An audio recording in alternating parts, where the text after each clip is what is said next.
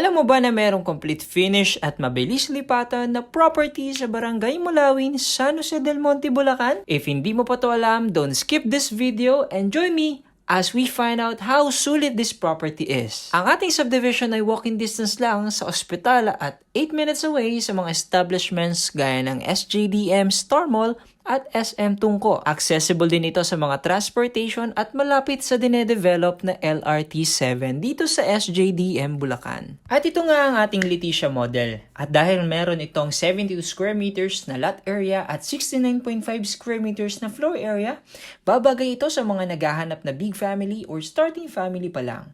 Bukod doon, meron na rin itong space for carport at space na pwedeng ipa-extend or i-improve once ma-turn over sa inyong unit. Meron itong malawak na living at dining area at naka-ceramic countertop na rin ang ating kitchen area. Meron itong 3 bedroom at 3 toilet and bath na mas magbibigay convenience sa ating pamilya.